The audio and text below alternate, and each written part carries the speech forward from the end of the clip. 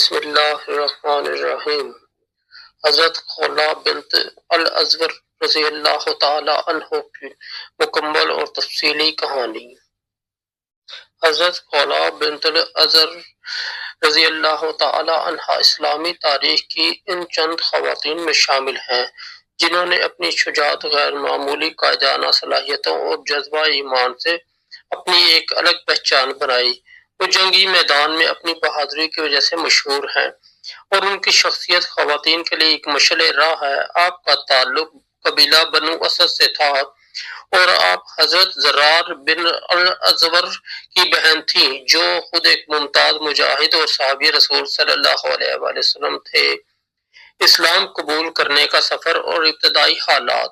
حضرت خولہ کا خاندان مکہ مکرمہ کے ان قبائل میں شامل تھا جو ابتدا میں اسلام کے خلاف تھے، لیکن خولہ نے اپنے بھائی حضرت زرار کے ساتھ اسلام قبول کیا اور دین کے لیے اپنی زندگی وقف کر دی۔ ان کے ایمان کی گہرائی اور دین کے لیے محبت کا یہ عالم تھا کہ وہ کسی بھی قیمت پر اسلامی تعلیمات سے پیچھے ہٹنے کو تیار نہیں تھیں۔ ابتدائی دنوں میں انہوں نے خواتین کے لیے اسلامی تعلیمات کو پھیلانے میں اہم کردار ادا کیا۔ وہ نہایت ذہین اور مدبر خاتون تھیں جو دین کے لیے ہمیشہ ایک مضبوط سہارا بنی۔ جنگی مہارت اور بہادری کا مظاہرہ۔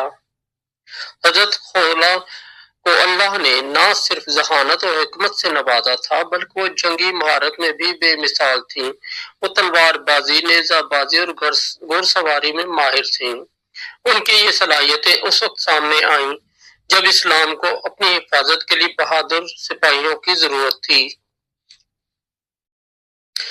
حضرت زرار کی قید اور خولہ کا رد عمل۔ ایک جنگ کے دوران جب ان کے بھائی حضرت زرار دشمن کے ہاتھوں گرفتار ہو گئے تو حضرت خولہ نے ان کی رہائی کے لیے اپنی زندگی خطرے میں ڈال دی۔ انہوں نے مردوں کا لباس پہن کر دشمن کے خلاف ایک زبردست جنگ کی قیادت کی۔ اس موقع پر حضرت خولہ نے مسلمانوں کی رہنمائی کرتے ہوئے نہ صرف اپنے بھائی کو آزاد کروایا بلکہ دشمن کی صفوں میں خوف و ہراس بھی پیدا کر دیا۔ جنگ اجنادین کا مشہور واقعہ۔ جنگ اجنادین مسلمانوں اور رومیوں کے درمیان ایک اہم جنگ تھی۔ اس جنگ میں حضرت خولہ بنت الازور نے غیر معمولی بہادری دکھائی۔ وہ مردوں کے لباس میں میدان میں آئیں اور اپنی تلوار سے دشمن کے کئی سپاہیوں کو زیر کیا۔ ان کی جنگی مہارت اور جرأت کو دیکھ کر مسلمانوں کے حوصلے بلند ہو گئے۔ مسلمانوں کا حیران ہونا۔ جنگ کے دوران جب حضرت خولہ کا نقاب ہٹا تو مسلمانوں کو یہ جان کر حیرانی ہوئی کہ جو سپاہی دشمنوں کے خلاف اتنی شجاعت کا مظاہرہ کر رہا تھا وہ دراصل ایک خاتون تھیں۔ ان کی بہادری نے سب کو متاثر کیا اور انہیں اسلامی تاریخ میں ایک نمایاں مقام دیا۔ قیدیوں کی رہائی۔ رومیوں نے مسلمانوں کے کئی سپاہیوں کو قید کر رکھا تھا۔ حضرت خولہ نے ایک بہادر قائد کے طور پر ان قیدیوں کی رہائی کے لیے ایک خاص حکمت عملی اپنائی۔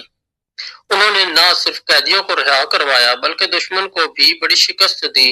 ان کا یہ عمل اس بات کا ثبوت ہے کہ وہ ایک اعلیٰ قائدانہ صلاحیتوں کی حامل خاتون تھیں۔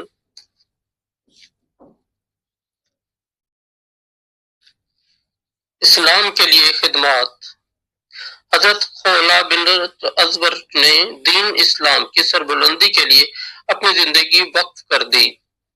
وہ نہ صرف جنگوں میں شریک ہوئیں بلکہ خواتین کو اسلامی تعلیمات سکھانے اور ان کے حقوق کے بارے میں آگاہ کرنے میں بھی اہم کردار ادا کیا۔ ان کی زندگی کا ہر پہلو دین کے لیے قربانی اور خدمت کی مثال ہے۔ حضرت خولہ کا کردار خواتین کے لیے مثال۔ حضرت خولہ کی زندگی اسلامی خواتین کے لیے ایک عظیم سبق ہے۔ انہوں نے ثابت کیا کہ دین کی خدمت اور حفاظت میں خواتین بھی مردوں کے شانہ بشانہ اپنا کردار ادا کر سکتی ہیں۔ ان کی شخصیت خواتین کے لیے ہمت، جرأت اور استقلال کا ایک نمونہ کا حصہ ہے اور نسل در نسل منتقل ہوتی ہے۔ حضرت خولہ سے ہمیں کیا سبق ملتا ہے؟ حضرت خولا کی زندگی ہمیں یہ سکھاتی ہے کہ اگر ایمان مضبوط ہو اور مقصد واضح ہو تو کوئی بھی چیلنج راستے کی رکاوٹ نہیں بن سکتا۔ انہوں نے اپنی بہادری، ایمان اور قربانی سے ہمیں یہ سبق دیا کہ دین کے جدوجہد میں خواتین اور مرد برابر کے شریک ہیں۔